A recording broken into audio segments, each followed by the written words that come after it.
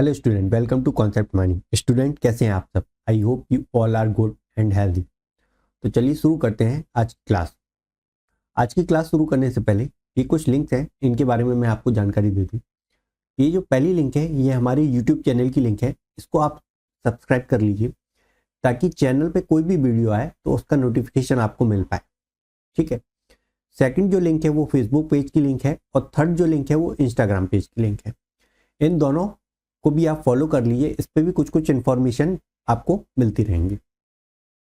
Last जो fourth link है वो बहुत महत्वपूर्ण है, वो टेलीग्राम चैनल की लिंक है। इस पे आपको नोट्स और हर टॉपिक से रिलेटेड कुछ क्वेश्चंस के पीडीएफ आपको इस टेलीग्राम चैनल पे मिलते रहें। ठीक है। इसके अलावा इस टेलीग्राम चैनल पे आपका कोई यदि डाउट है या कोई क्वेश्चन है तो आप इस पे पोस्ट कीजिए, वहां पर आपको सॉल्यूशन दे दिया जाएगा। ठीक है। चलिए तो शुरू करते हैं आज का क्लास।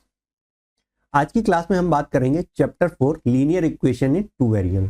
क्लास 9th का मैथमेटिक्स हम देख रहे हैं। इस मैथमेटिक्स की सीरीज में चैप्टर 4 लीनियर इक्वेशन इन टू वेरिएबल की बात करें। ठीक है। क्लास 8 में हमने बात करी थी linear equation in one variable की, तो थोड़ा सा रिवाइज कर लेते हैं, देख लेते हैं linear equation in one variable के बारे में।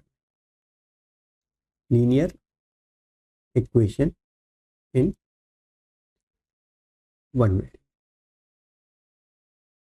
ठीक। लीनियर इक्वेशन वन वेरिएबल क्या होती है? एक एग्जांपल ले लेते हैं, x प्लस 1 इक्वल टू 0। ये हमारी एक लीनियर इक्वेशन।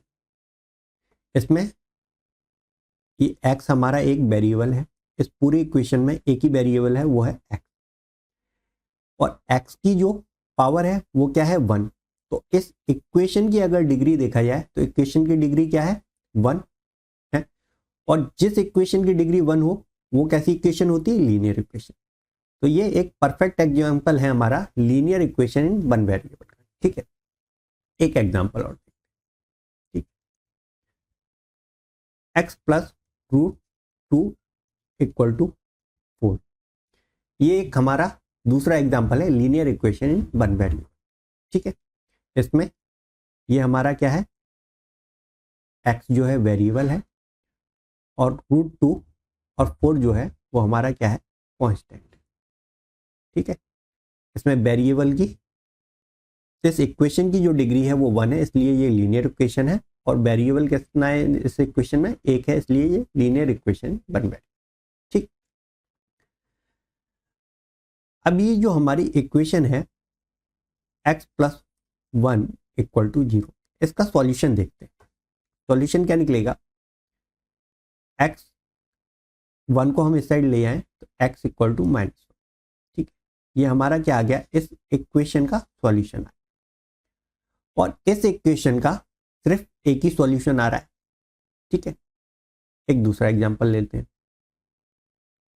सपोज हमको दिया है x माइनस 5 इक्वल टू 2। ठीक है। इसका सॉल्यूशन देखते हैं।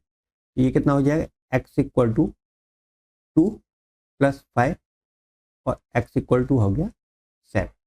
ठीक है। तो इस इक्वेशन का भी हमारा क्या? एक ही सॉल्यूशन आ रहा है। ठीक है। यानी हम जनरलाइज कर दें इसको तो क्या कह सकते हैं कि लीनियर इक्वेशन वन वेरिएबल में हमारा जो है यूनिक सॉल्यूशन आएगा, यानी कि इक्वेशन का सिर्फ हमको एक ही सॉल्यूशन मिलेगा। ठीक है। तो हम क्या कह सकते हैं? Linear equation in one variable is always a unique solution. ठीक बात, क्लियर यहां तक? तो हमने क्या देखा अभी तक? लीनियर इक्वेशन वन वेरिएबल देखा और लीनियर इक्वेशन वन वेरिएबल का सॉल्यूशन। क्लियर? चलिए, अब लीनियर इक्वेशन वन वेरिएबल का जनरलाइज फॉर्म क्या होता है? General form of linear equation in one variable. इसको लिखते हैं हम ax plus b equal to 0 where a and b are real number. ठीक है, ए और बी जो है हमारे रियल नंबर है and A is not zero. A जो है हमारा जीरो नहीं होना चाहिए। अगर ए जीरो हो गया तो ये वेरिएबल वाली टर्म पूरी जीरो हो जाएगी, और ये वेरिएबल वाली टर्म जीरो हो गई तो इसमें हमारा वेरिएबल बचेगा नहीं, तो ये वेरिएबल की इक्वेशन बचेगी। ठीक है, इसलिए ये हमारा ए जीरो। तो ये हमारा क्या है, जनरलाइज फॉर्म है किसका, linear equation in one variable. ठीक, अब लीनियर इक्वेशन वन वेरिएबल का सॉल्यूशन क्या होता है, यूनिक सॉल्यूशन होता है। इस सॉल्यूशन को हम नंबर लाइन पे प्लॉट कर सकते हैं। ठीक है, ये हमारी नंबर लाइन है, ये 0 है, ये 1 है, ये 2 है, ये 3 है एंड सो। इसी तरह लेफ्ट में -1, -2, -3 एंड सो। ठीक, तो हमारा x इक्वल टू -1 था। ठीक है, इस सॉल्यूशन को, इस इक्वेशन की सॉल्यूशन को हम नंबर लाइन पे रिप्रेजेंट कर सकते हैं। कैसे, x इक्वल टू -1। तो ये जो है वो हमारा रिप्रेजेंट कर रहा है इस इक्वेशन के सॉल्यूशन को। तो नंबर लाइन पे हम linear equation in one variable के सॉल्यूशन को हम रिप्रेजेंट कर सकते हैं। ठीक है, चलिए आगे बढ़ते हैं। अब सॉल्यूशन ऑफ लीनियर इक्वेशन की बात करें तो जो लीनियर इक्वेशन का सॉल्यूशन है वो इफेक्ट नहीं होगा। कब इफेक्ट नहीं होगा, जब हम लीनियर इक्वेशन में दोनों साइड सेम नंबर से एडिशन करें या डिवीजन करें तो हमारा लीनियर इक्वेशन का जो सॉल्यूशन है वो इफेक्ट नहीं। ठीक है, first the solution, the same number is added to और subtract from both the side of equation. ठीक है, यानी इक्वेशन के दोनों साइड सेम नंबर या हम ऐड करें या सब्ट्रैक्ट करें तो हमारे सॉल्यूशन पे कोई भी फर्क नहीं पड़ता। फॉर एग्जांपल, एक हमने एग्जांपल लिया लीनियर इक्वेशन वन वेरिएबल का x - 1 इक्वल टू 0। ठीक है, इसका सॉल्यूशन क्या आएगा, इसका सॉल्यूशन क्या आएगा, इसका सॉल्यूशन आएगा x इक्वल टू 1।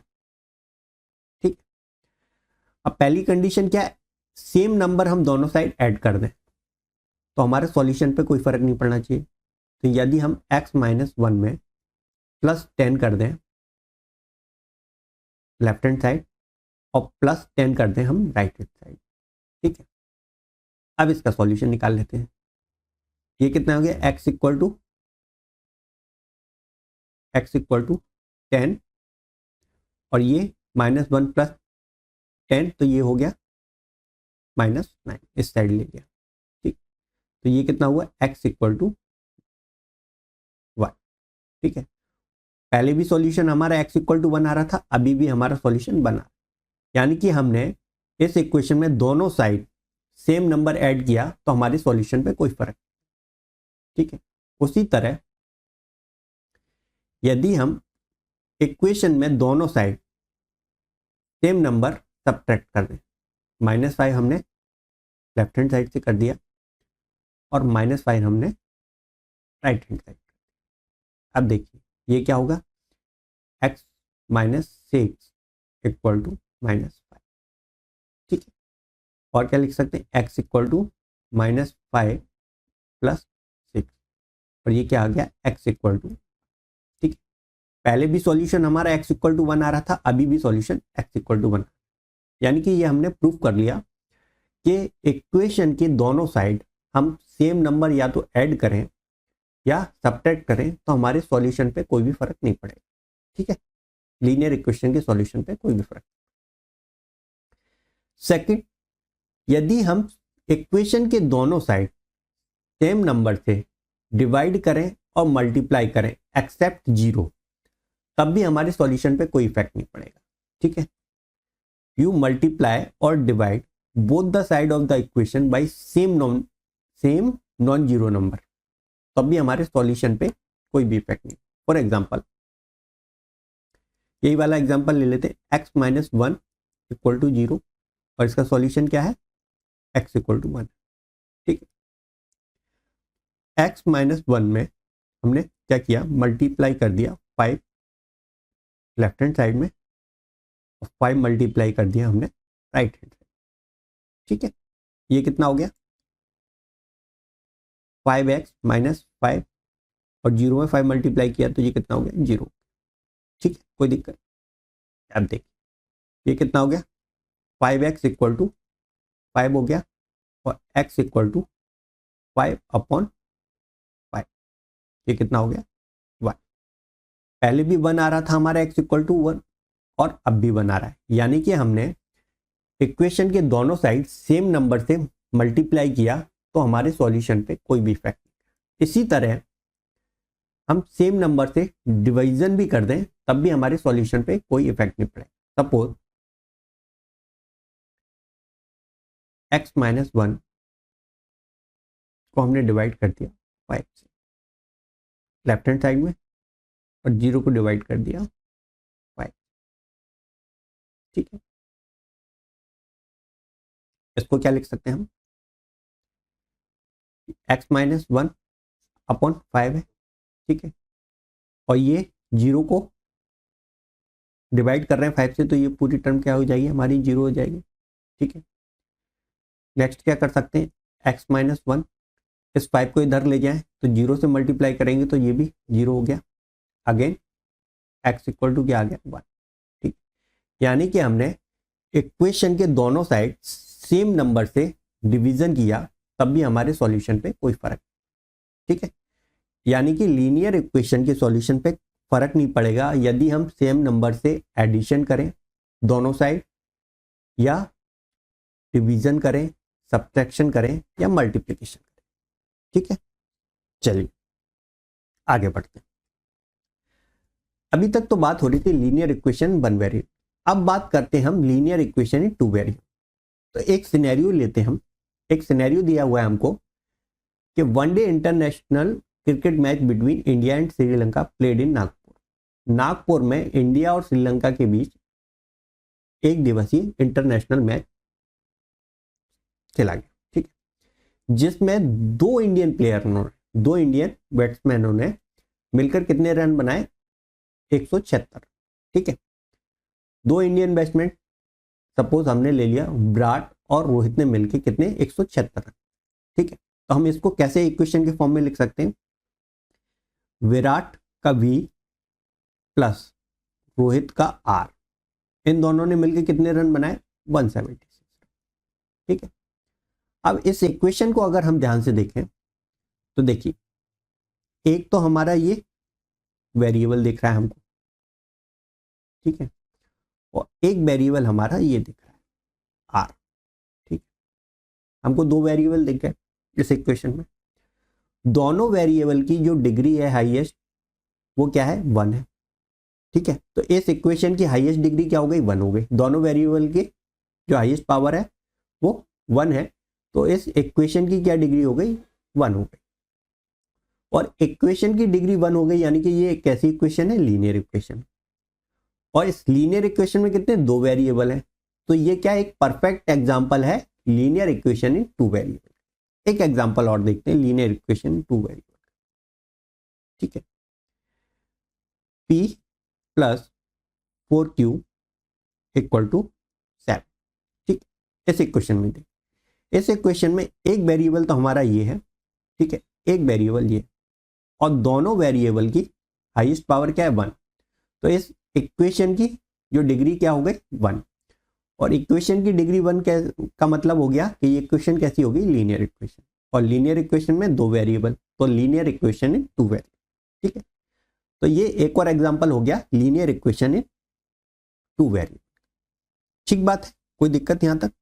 चलिए अब हम बात करते हैं लीनियर इक्वेशन 2 वेरिएबल के जनरलाइज फॉर्म की। ठीक है, तो जनरल फॉर्म क्या होता है लीनियर इक्वेशन इन 2 वेरिएबल का, वो देख लेते हैं। General form of linear equation in 2 variable. ठीक बात है, जनरल फॉर्म होता है ax plus bx plus c equal to 0, where A B C are real number. A B C जो है हमारे क्या है, रियल नंबर है, and A and B are not both 0। A और बी जो है वो 0 नहीं होना चाहिए। अगर ए 0 हो गया और बी 0 हो गया, सॉरी ये बी बाई होगा, ठीक है, दो वेरिएबल है बी बाई। अगर ए 0 हो गया और बी भी 0 हो गया, ठीक है, तो वेरिएबल एक्स भी 0 हो जाएगा या वेरिएबल वाई भी 0 हो जाएगा। और ये वेरिएबल अगर 0 हो गए तो हमारे फिर लीनियर इक्वेशन क्या है, वो 2 वेरिएबल नहीं रहे, ठीक है। तो ये ए और बी 0 नहीं हो, ये हो गया जनरलाइज फॉर्म इसका, लीनियर इक्वेशन इन 2 वेरिएबल, ठीक बात है। चलिए अब इन पे बेस्ड कुछ क्वेश्चंस कर लेते हैं तो आपको और क्लियरिटी आएगी। क्वेश्चन दिया है, write each of the following equation in the form of A X plus B Y plus C equal to 0 and indicate the value of A B C in each case, ठीक। तो हमारी ये generalise form दे दिया linear equation 2 variable का, A X plus B Y plus C equal to 0, ठीक है। तो पहले हम क्या करेंगे, इस इक्वेशंस को जनरलाइज फॉर्म में कन्वर्ट कर। जनरलाइज फॉर्म में कैसे, 2x प्लस 3y, अब c जो है कांस्टेंट, इसको हम इधर ले आते हैं तो -4.37 इक्वल टू, ठीक है। अब कंपेयर कर लेते हैं, a इक्वल टू कितना है, 2 है, ठीक है, b इक्वल टू कितना है, 3 है, और c इक्वल टू कितना है, -4.37, ठीक है। a जो है क्या है, x का कोफिशिएंट है, b जो है y का कोफिशिएंट है, और c जो है वो कांस्टेंट है, ठीक है। सेम इसमें भी यही करते हैं सेकंड क्वेश्चन में, x minus √3y minus 4 equal to 0, ठीक है। a क्या हो गया, x का कोफिशिएंट क्या है 1, तो a क्या हो गया 1, ठीक है। b की बात करें तो b क्या हो गया, -√3, y का कोफिशिएंट -√3, और c की बात करें तो c क्या हो गया हमारा -4, ठीक है। नेक्स्ट इसकी बात कर लेते हैं, 5x minus 3y minus 4 equal to 0, ठीक है, क्लियर। a क्या हो गया, a इक्वल टू 5, b क्या हो गया -3, और c क्या हो गया -4, क्लियर, कोई दिक्कत। चलिए नेक्स्ट की बात कर लें। नेक्स्ट क्या दिया हुआ है, 2x minus Y plus 0 equal to 0, ठीक है, लिख सकते हैं इसको इस फॉर्म में।